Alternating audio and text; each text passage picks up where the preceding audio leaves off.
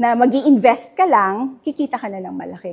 Hindi po ganun ang network marketing business. Tinatrabaho po talaga ito. Hindi ito easy money. So when choosing a network marketing business or a multi-level marketing, there are 3 things na kailangan nating tignan. Number 1 is the company. Legit ba yung kumpanya? Kasi sa totoo lang po, bakit maraming na-scam? Kasi maraming fly-by-night company. At the same time, ang daming promises ng company na mag-i-invest ka lang, kikita ka na ng malaki. Hindi po ganun ang network marketing business. Tinatrabaho po talaga ito. Hindi ito easy money.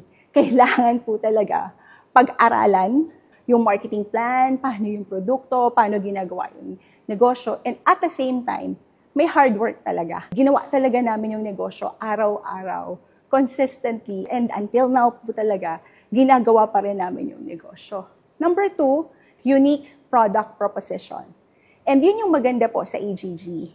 Kasi ang flagship product natin is C24/7. At ang dami nang natulungan ng produkto natin na mga may sakit. Pinagawa pa po yun ng chairman natin, Dr. Ed Cabantug, sa Nature's Way to be our flagship product. Kaya hindi po yung pwedeng mabili. Sa atin lang po talaga. Number 3 is the marketing plan. Doable yung marketing plan na hindi lang yung kumpanya ang kikita ng malaki, pati talaga distributor. Ang maganda sa marketing plan natin, I'm 19 years in the business. Pero marami tayong distributor na 3 years pa lang, 5 years pa lang, pero kumikita na rin ng malaki.